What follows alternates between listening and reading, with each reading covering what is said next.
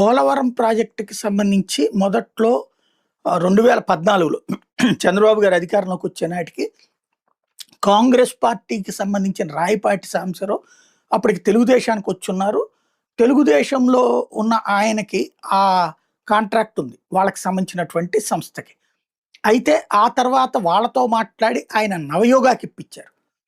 ఆ నవయుగాకి ఇప్పించేటటువంటి సందర్భంలో ఇద్దరి మధ్యన వచ్చే క్లాష్‌ని స్వయంగా చంద్రబాబు గారు ఎళ్లి నితిన్ గడ్కరీతో మాట్లాడి పరిష్కరించారు.